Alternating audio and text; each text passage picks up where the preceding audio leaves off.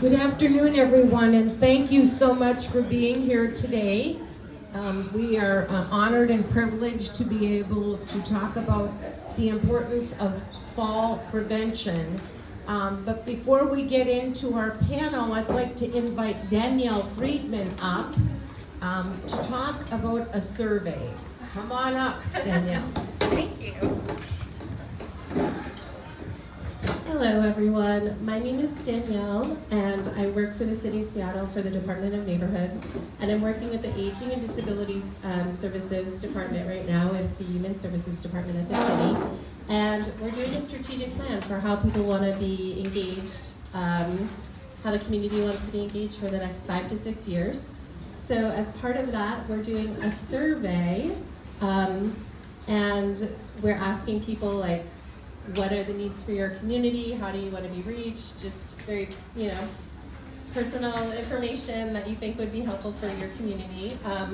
We have focus group opportunities. We're going to do 4 to 5 focus groups, and if you apply, and if you're chosen, you get a $75 stipend. And so we have the focus group and community survey in 10 different languages. We have accommodations available. There's some printed ones on the back that you can fill out and leave with us or mail back in. And there's also ones online. So I'll hand out these flyers, and please, anyone is welcome to fill it out. We're specifically looking for people who are older adults, an adult with a disability, or family caregiver in King County. So thank you very much for your attention to this, and we will keep you posted on the results. Thank you. Thank you, Danielle. Again, we are delighted to be here today. I will first introduce myself. My name is Mary Pat O'Leary. I am a registered nurse, and I am a senior planner with the Area Agency on Aging. And I get the privilege of being the moderator for today's panel. And I would like to introduce our panelists. First is Paige Dennison. Thank you, Paige. Paige is the Director of Health, Wellness, and Project Enhance at Sound Generations. And she really works tirelessly to help older adults stay strong, safe, and independent. She leads many health and wellness programs at Sound Generations, which is a low-income nonprofit serving King County. She brings classes like Enhanced Fitness to neighborhoods across the region, knowing that it's really important that fall prevention is fun, and also that the classes are proven ways to build strength and balance to prevent falls.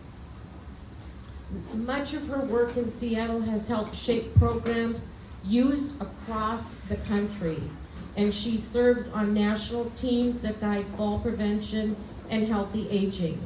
She works with doctors, researchers, and community leaders to make sure that these programs fit the needs of diverse communities, including people with disabilities and different cultural backgrounds.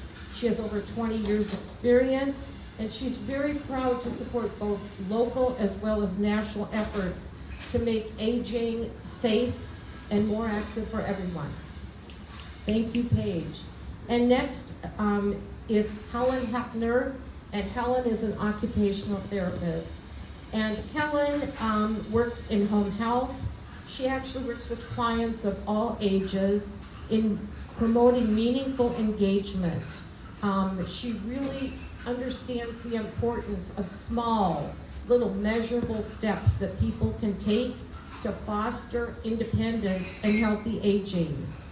It's really important in her role that she connects with the community, which she does, as well as clients, their caregivers, and others in the health profession.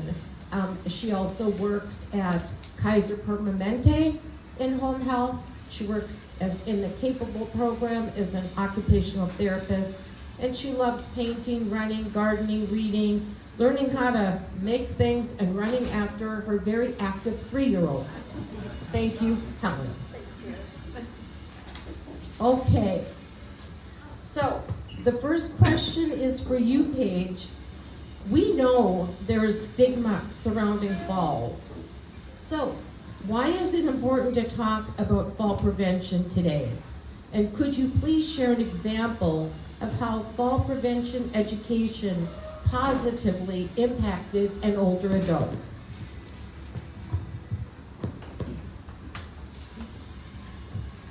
Hi, everybody. Yeah, thanks. That's a great question to start off with. You know, falls aren't really accidents; they're warning signs. Just kind of warning you to do something so you don't fall again, right? So I think it's really important to think of them that way. Too often, we don't tell anyone we fell. We hide it in shame and in silence, and that's not helpful. Falling happens a lot, right? So it's really important that we shift the conversation, and that it's not about frailty, it's about empowerment. It's about figuring out what you can do to not fall, or to not hurt yourself when you do fall, right? So that's what we're really going to talk openly about today with Helen and with Mary Pat leading the conversation, and with all of you, and hopefully your questions. We really, by talking really openly, we can help people take charge of their future. We can help them take control, and support that falls can be prevented. And I think this is so important because many people have a very fatalistic feeling about falls. Like, I'm older, so I'm gonna fall, that's just what happens. No, it doesn't have to happen that way. You have the power to change that, right? So prevention is possible, and that's why we're really talking about it today, and it's so important. A story illustrating this, I don't, have you heard of the Matter of Balance program? Is that familiar to you at all? Matter of Balance program?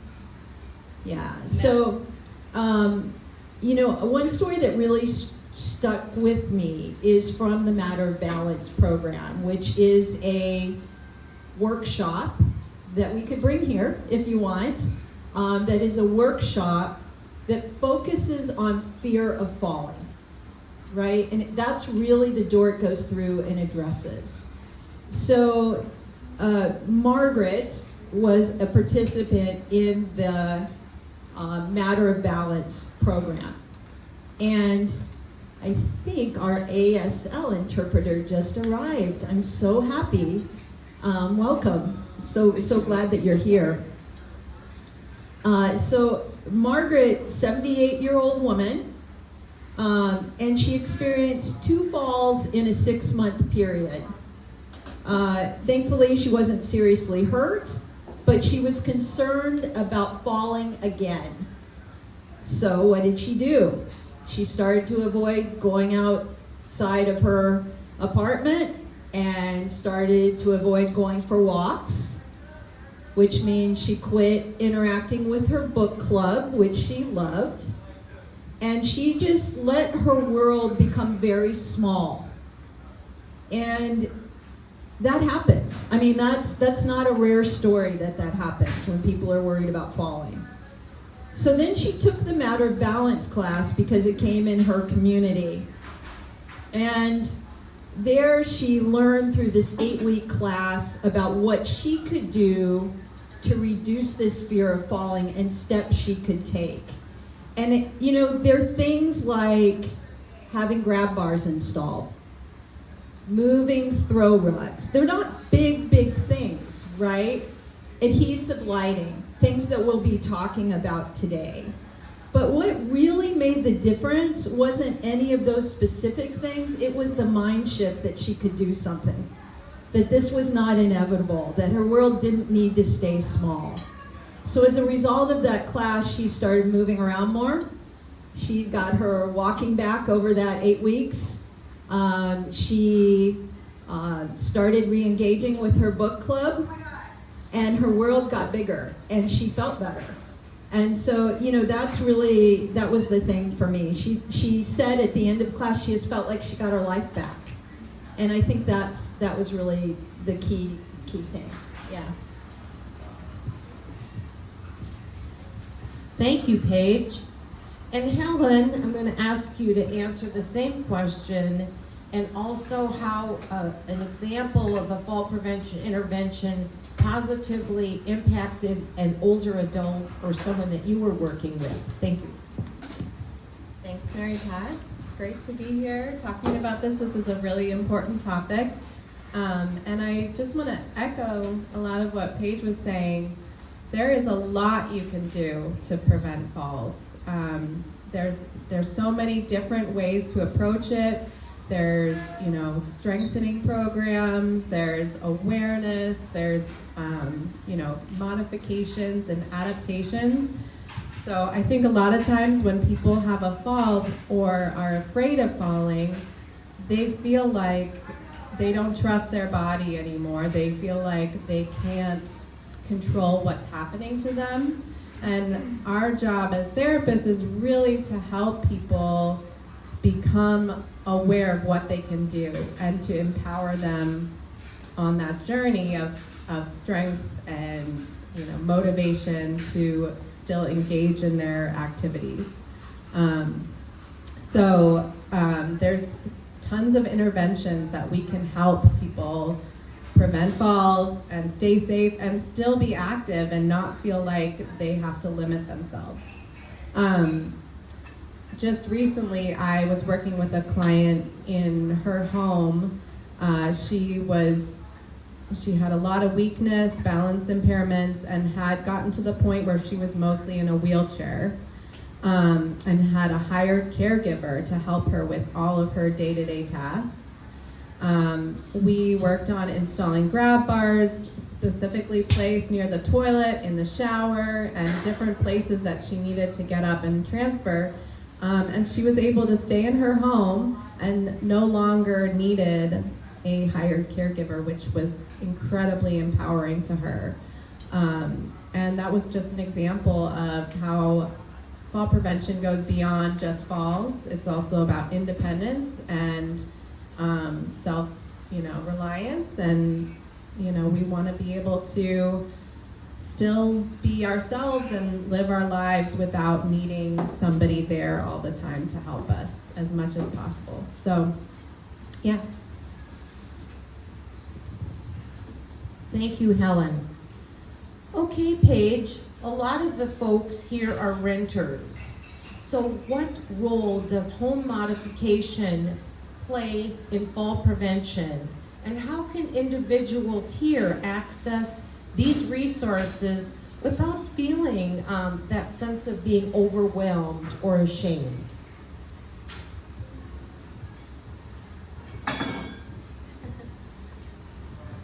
So I think it's really, I do want to share, because I work for Sound Generations, that we have a minor home repair department. But this is focused really on providing minor home repair services to homeowners, right, that qualify at a certain eligibility level. And they do things like plumbing and installing grab bars and that kind of thing. Renting's a little bit different situation, right? But I want you to know about this in case you have friends or family. This is here. It's a great service. Renting's a little bit different for sure as far as resources go. But it can be really, there's so much you can do. There's so much you can do.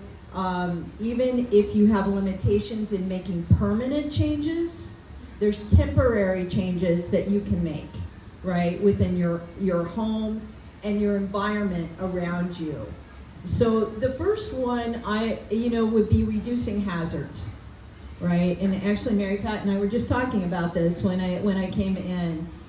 Simple changes around decluttering, piling things up, right, that you can trip over. They're there and you're walking around them, but what about that day when you have a bad day? Or you're sleepy and get out of bed and you forget they're there, right? And it causes a trip. So certainly changes like throw rugs that you can, trip over a throw rug. So moving those throw rugs, improving lighting, is really important. As we age, I recently had cataract surgery, and as we age, just that acuity of our vision, it can change how well we see things and make it easy to trip over something that you weren't tripping on before. Also, like rearranging furniture so that you have a pathway, or getting a friend or a neighbor to help you move things, obviously if they're too heavy, but making sure that you have a path is really important. We've talked about grab bars, and with landlord permission, you can certainly have those installed. So that's a conversation with your landlord. I'm sure they don't want you to fall either. Using non-slip mats. I actually like the, what do I want to call that? Yeah, the treads that you put in the tub or shower, if it's not already like that. Because sometimes a mat, have you ever had this where a mat gets a little slick and gets water under it and soap under it? That can be problematic. But really ensuring those pathways are clear. And I think you also need to think ahead, and this would be a Mary Patism, I'm sure, about emergency preparedness. Making sure you have a flashlight at the ready, or a charged phone, those kinds of things, so that if you are in the dark for a moment, before the lights come back on or whatever, that you can be safe in an emergency as well. Making sure you have good lighting. Some other things that I noted down, one is to, if you do make some changes, keep those documents, right? Make records of any changes that you do make, can be very important. Often landlords, as I said, are really open to minor changes that you're making for your safety. So that's what I would add, Mary Pat. Thank you, Paige. Okay, the next question is for Helen. Helen, what is an occupational therapist, and why would somebody need to see you? So, an occupational therapist does not help people get a job. I often ask that. It's a very misleading name. But we work with people on basically preserving independence and safety with all of their day-to-day tasks. So anything that is important to a client, I'll work on with them, as long as it's safe and helping them to be as independent as possible. So we're kind of working with the environment and the client's needs and figuring out ways to problem solve, solutions to being able to get dressed independently, shower, garden, do hobbies, get to the bathroom, cook. Cooking is a big one. But basically, we're kind of figuring out ways to match the environment with the person's needs. And that goes along with what Paige was talking about with fall safety. That's a huge part of what we're doing, because that helps people feel more independent when they feel safe in their environment. So I've worked on clearing pathways through clutter, or recommending lighting, things like that. So yeah. Thank you, Helen. And it's so important, if you have the ability to have a home safety evaluation by an occupational therapist, because as Helen said, it's more than just being able to perhaps get on and off the toilet. It's the grab bars. It might be a reacher to get things that you can't easily reach on your own. The lighting, the rugs. And occupational therapists really look at you holistically. They just don't look at one part of your life. So thank you. The next question is for you, Paige. We talked a little bit about matter balance. You mentioned that, but what are the most effective evidence-based strategies for fall prevention in older adults? Thanks, Mary Pat. Exercise. I would say exercise is number one. A lot of so programs that encourage exercise. A lot of us, when we're sitting a lot, we're It's beautiful outside right now. If you love rain, it's going to be beautiful more in the fall. But we tend to go outside less, right? And if we're in our rooms, we're not moving as much. And when you sit more, your legs get weaker. And when your legs are weaker from disuse, when those muscles are weaker, you're more prone to fall. It's just a fact. But you can make your legs stronger even in your home with just doing, sit to stand exercises. I had to do one. I'm sure the occupational therapist will show you even more so with her deeper training. But certainly exercise interventions are really important. I know when I came in, I heard about dance classes, I heard about bingo size. These are all fall prevention activities as well. So definitely moving helps a lot. The best types of exercise, personally, as somebody who's worked in physical activity pretty much my whole life, the best kind is the kind you'll do. You've probably heard that, and you'll hear that from me too. It's the kind you do that you'd like to do. But that being said, balance is really important, that you're doing some things that support your balance. Doing some kind of strength work. It does not need to be dumbbells and lifting big heavy weights. It can be, bicep curls, it can be the bands, it can be using your body weight, pushing back and forth against the wall in a standing push-up. But these things help you stay strong to be able to reach up to a shelf without falling over to the side. It's very important. And we start losing muscle at age 30. Most of us in this room are older than 30, okay? My birthday's this week and I'll be 61 on Sunday. I'm older than 30. I've been losing muscle for 31 years.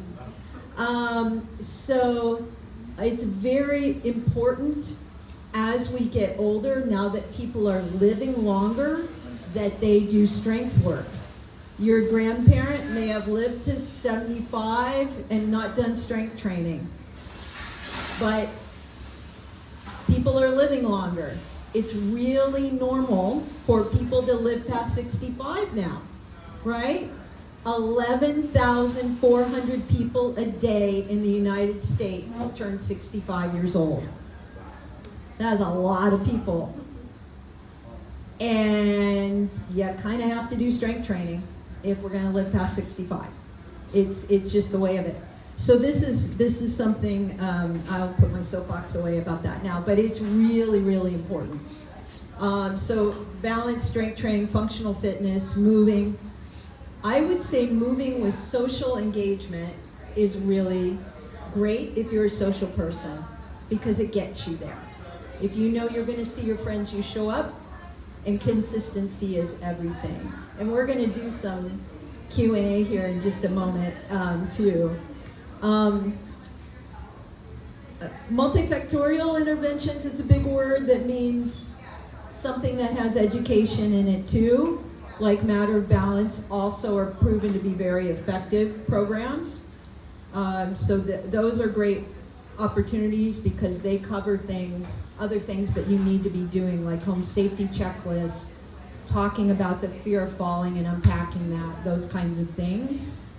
The Capable program that both of my colleagues here are involved in Seattle is, I'll leave that to the experts here to talk about since they're involved in it, but that's a great opportunity as well.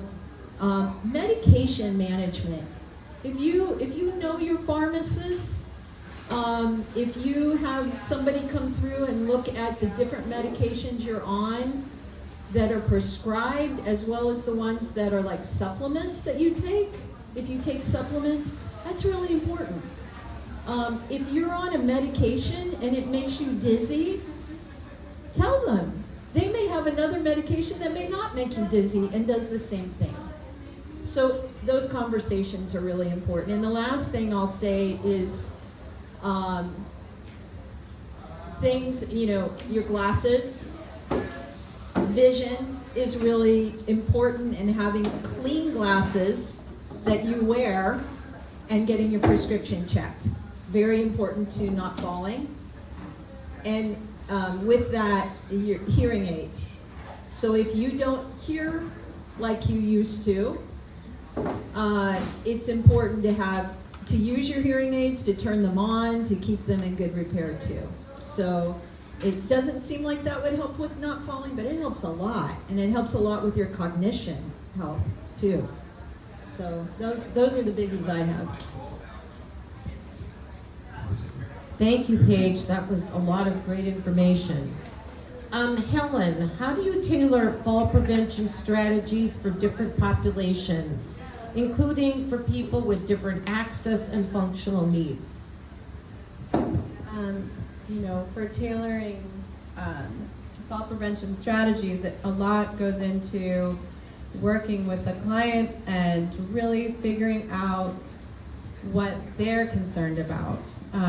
Figuring out, is there a time of day that you feel like you're more at risk for falling? Are there certain activities that make you feel unsafe? And really dialing in just the kind of activities that you need to work on with them and how to preserve their safety. So that's the first step, is really identifying it, because sometimes we don't think about it and you just start avoiding things because you're afraid. And then in terms of just tailoring those strategies, kind of seeing again the person and their functional capacity. What are they capable of doing safely? We kind of go through all the different activities that might be a risk for falls and how to do them differently, and really working with the person on figuring out what motivates them, what they still want to be able to do, and how can we adapt this so that you can still do what you want to be able to do. So those are kind of the approaches that we take to tailoring each situation. It really is a very individual approach for everybody, because we all have different balance impairments, or our environments are different, so there's a lot that goes into figuring it out for each person. Thank you, Helen. Paige, next question. How can we increase awareness about fall risk and prevention among older adults, caregivers, and the public? Gosh, if you have ideas on this that we're not doing, please bring them up, because we'd love to think about different ways, right? So every September's coming, there's National Fall Prevention Awareness Week. The governors of the state, certainly the state of Washington, issue a decree and make it Fall Prevention Awareness Week. It always happens when fall comes, right? So that's how you can remember it. So when autumn comes, the third week, thank you. So there will be lots of events like this one that Elda just passed to me. That's an age-friendly Seattle event with Seattle Public Library and Sound Generations at Bell Park. And there's going to be yoga and the opportunity to do fall prevention checkups, assessments, and music and food, and we're outdoors, and it'll be fun. So that's happening, and we'll have that flyer at the back table. We also, so there's all kinds of community events going on in September, where you'll see fall prevention highlighted, including many in the neighborhood, including the one at Arth coming up that was talked about earlier as well. So Central is having some. So I think that's really important strategy. But I think the issue is it's not just 1 week a year. It's all year long, all the time, and it needs to be on our mind all the time. So one thing you can do today, and there's a bunch of these cards in the back that look like this, and it says, "Hey Seattle, stay healthy and independent, take the Falls free checkup." And you can scan this with your phone and take a little quiz just for you. and see what your risks are around falling. And that is a validated measure to determine if you are at risk of falls. And it's just good information for you to know to inform you on what you could take action on. There's also a coaster out there, because we got kind of tricky last year and put the QR codes on coasters and put them in restaurants and coffee shops, and we knew people would scan them and think they were appetizer menus, and they would get a falls free checkup. So if you have clever ways to get people to do this, we're all ears. I think it's really important to talk to your friends and help debunk myths about falling. I think most of this happens peer-to-peer, right? Like the fact that there's, falls are not inevitable, that there's things you can do, it's really important to share.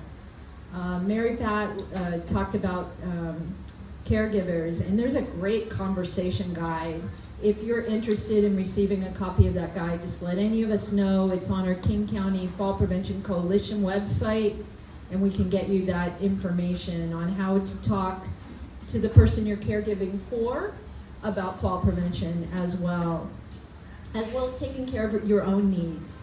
We know carers often are at increased risk of falls as well, so really wanting to do that.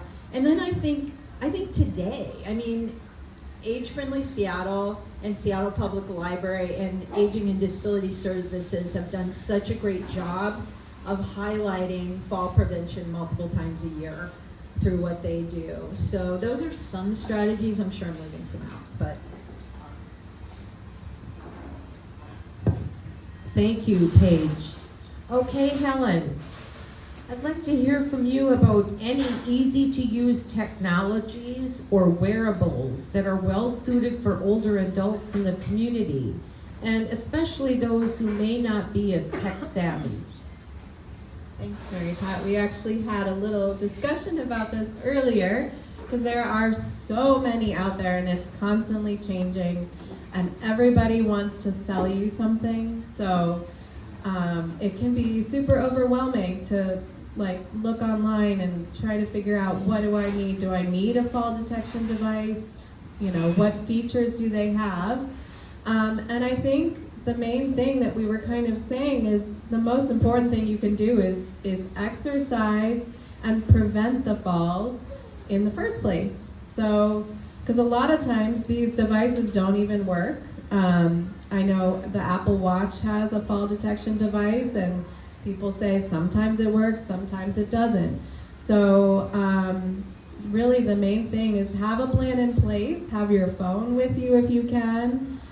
Use the technology you already have to your advantage, and work on preventing falls from happening in the first place. That's really kind of the main way to, use technology to your advantages. Don't try buying a ton of different things, but and not change anything else.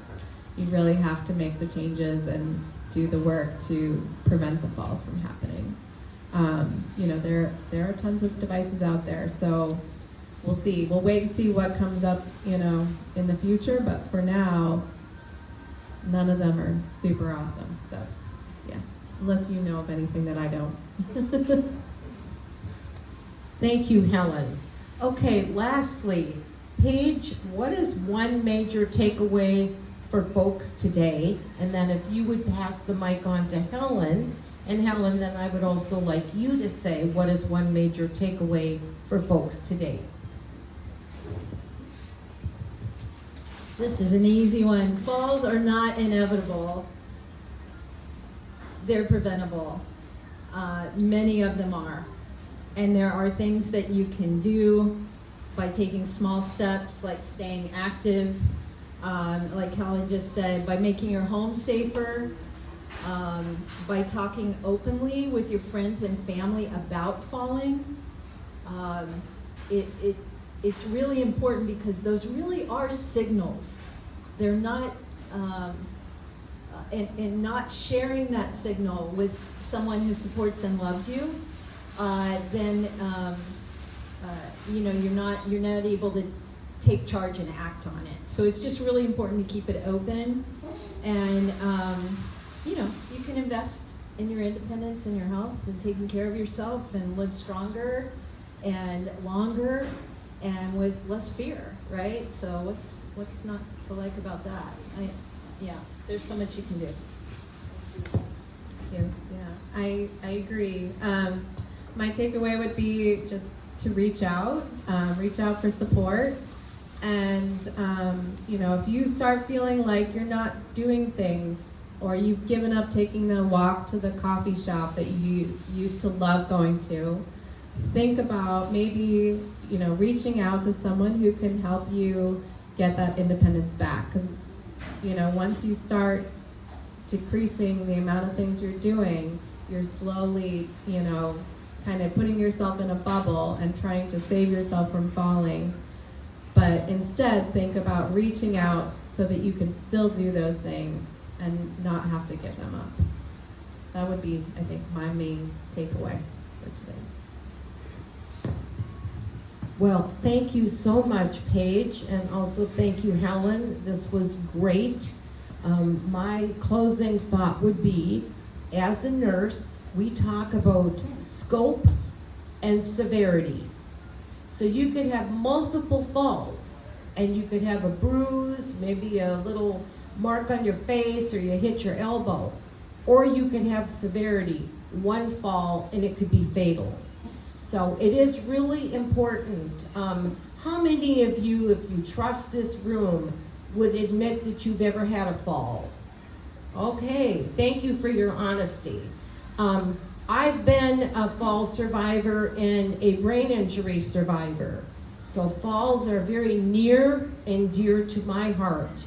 And you can do everything that you can possibly do, and it can happen. But they are preventable for the most part. And you all are incredible people and deserve to give yourselves that gift of healthy living. So thank you so much for your time. Yes, and we will open it up, and I'm getting the signal, so that's what I understand is opening it up. Do you have any questions, anyone? So Yes. I have a question. When I was a student several decades ago, this lady was quite wealthy. She had a lovely home, got her hair done, but she had a bad habit of wearing heels. So you didn't mention style in shoes, safety, non-slip, and you didn't talk about fashion. And I think as we get older, some of us are wise. We change our shoes. We don't wear heels anymore, or slippery slide, clogs, I think they're called. Okay, so there's a lot of bad shoes out there. And there's also a lot of bad fashions. I fell in the bathtub, so I have a fear today of falling in the bathtub again. I broke 3 ribs. And when I went on the street, that was years ago, I didn't have a phone then. And I walked to Harborview with a sheet tied around my ribs. Nobody even helped. So I think it's important to be aware of the elderly if they need help to cross the street. I do this a lot for people. And another thing, shopping. So that's 3 items. I can't shop anymore and pull a wheelie and, So those 3 things, fashion, fear of falling, and I don't know how I'm ever going to come back. I've done a lot of stuff about it, but also,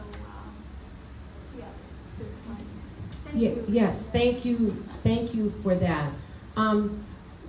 When we have conversations with the clients or the patients or whatever, it's within the scope of when we're able to meet with them. And I actually talked to some people at church about safe shoes. And one lady who has had a fall and had very high, narrow-heeled shoes, and I made a loving, gentle comment about her shoes, and I said, those might not be the best shoes for you, knowing that you could easily fall on the uneven gravel. And one of the other people from church says, you can't talk to somebody about their shoes. I said, well, if I say it in a loving way, knowing that I want what's best for this person. But thank you, that's absolutely the case. And if you see people on James Street running to catch the light rail or the bus in high heels, I've seen people go splat right on the sidewalk. So yes, good footwear is very important. Thank you for that. Anyone else? Yes, please. Paige, right? Paige had mentioned information about the exercising, the wall exercises, and the mobility and moving around. With that, I know on Dad's side of the family, circulation. There's circulation issues, which is hereditary, and scares me a little bit. I think it's every generation, but blood clots, to form. So with that and circulation throughout the body, is there additional circulation? Like, this is my first time because I just relocated here 4 weeks ago from Cleveland, Ohio. So I'm brand new to Seattle. I'm from Ohio. I love. There you go. There you go. There you go. I love Seattle, and it's been 10 years in the making. But now, as I'm enjoying the weather, I know that the weather's going to turn. So with that said, what are some of the things now that weather's different here in Washington versus Ohio? So what are some of the things that I've been putting by that I could possibly do?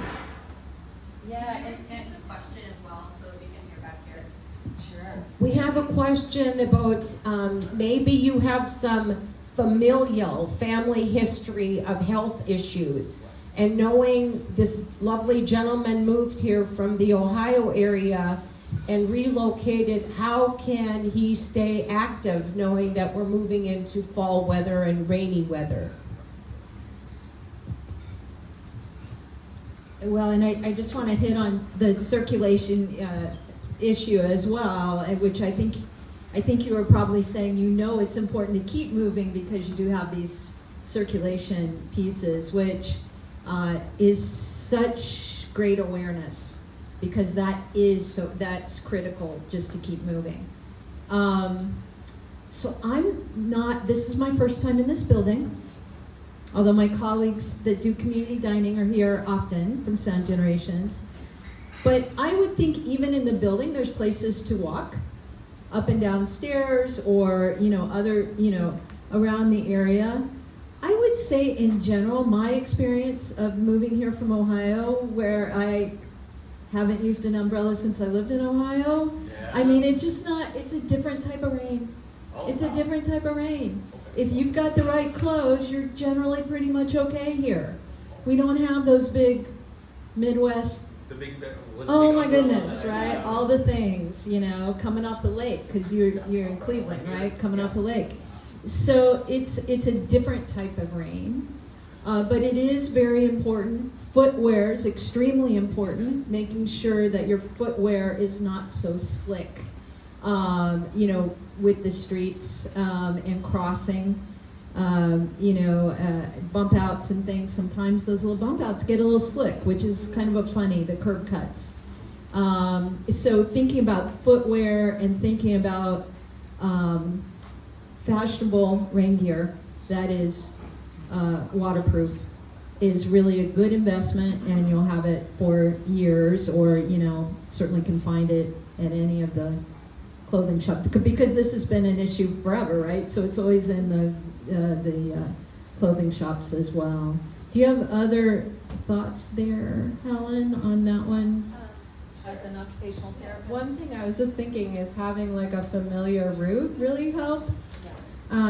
So you walked it when it's dry, kind of where the curb cuts are, and just having that to kind of go to when the weather's not so good, you can be like, I know this route, I know how to be safe.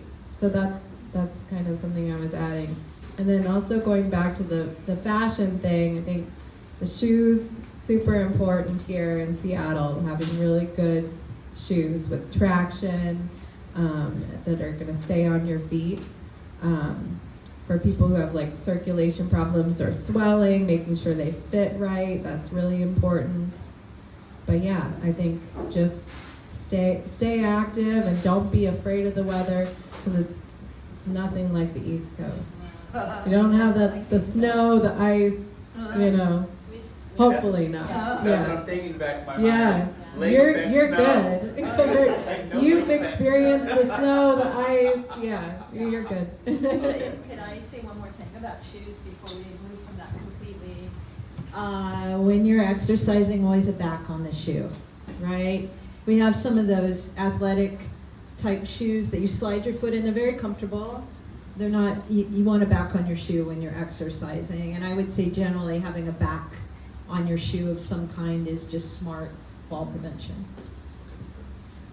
Thank you. Yes, please. I don't know if you can hear me, but there's where you can go exercise. I can't think of the name of it right now. I'm a little tired, but they have the YMCA has many different places, and the best one is the one downtown where they have you can actually walk around. And then there's lots of places in Seattle called, like the Pacific Place, and then there's some secret underground walk that you can go on. I haven't been on one in a while, but I'd also like to say something that's not always very uncomfortable, is that in Capitol Hill there's a lot of mental illness and drugs, and I was walking across the street last year. I don't remember exactly when it was. I think it was last year, and someone was screaming, and I thought that I was far enough away, but I wasn't, and I was walking really fast, and I fell. But I came here, and they helped me. Okay. So we thank you so I much. was bleeding. It was pretty bad. Nobody helped me out. I'm so sorry. It's okay. I'm strong. Well, it's sad. We first of all, she shared that there's the Y and Pacific Place kind of enclosed like malls or whatever that you can walk if you can get to, and they have, you know, exercise equipment. But she shared, for those in the back of the room that couldn't hear her, that there had been a person with a mental health crisis and was yelling, and she was rushing to get away from the situation. I was And trying to get the bus. she was trying to get the bus, and she fell, and nobody assisted Right around her. here, but right close to the light rail. Right close to the light rail. So that would be another thing, is that really looking out for your community members. You know, you might not be afraid, but somebody else might be afraid. If they hear certain noises, maybe they had some previous trauma, or they hear somebody yelling, or they see threatening behavior. Because I know that for many older adults, they tell me, I don't feel safe going out and walking. So then what else can I do? And that's like Paige says, maybe it's an in-home matter of balance, or a toggle program. And for you talking about the blood clots, if you watch television or movies, doing those foot pumps, you know, you're keeping those muscles moving. Because I have to tell you, many of us have, we do community work, but we also have desk jobs. And even if you're have a standing desk, you're standing and the blood is pooling. So even if you have a standing desk, we got to do our marches at our desk. And if we're sitting, we got to do our foot pumps. So we're keeping that blood flowing. Thank you. You're welcome. And you know, we all talked about exercise. As a nurse, I can tell you, when I have mentioned exercise, probably 75% of the people look at me and it's like, whoa, exercise. So what we try and do is we talk about physical mobility. Just get active. And that seems to kind of temper, because people that were never really physically active, maybe they had a disability or they weren't able to do gymnastics or whatever, if you say just get an exercise, that doesn't appeal to them. But if you talk about being physically active, that's important. And the last thing I would leave you with is, I don't know about you, but I want to keep my brain as active as possible until I die. I do. I want my brain to be active. And physical activity is one of those great free things that you can do for your brain. Free, you can do, and it helps your brain health. Any other last questions? Yes, please. I just wanted to say that Seattle Park and Recreation has a lot of programs, some of them specifically for LGBTQIA plus people. Two, I used to do what Paige did. I worked for seniors at a AAA for many, many years. And your presentation is great. One fact I like to tell people is the fastest way into a nursing home is to fall. So you need to work on keeping from falling, because I don't want to see anybody in a nursing home. Thank you. What wise words. The fastest way to get into a nursing home is falling. So do what you can to prevent falls. Stay active. Your brain health, your physical body health, healthy food. Nutrition's really important for your brain and your body. So thank you so much. You are all amazing, and we appreciate your time. Thank you so much. Thank you.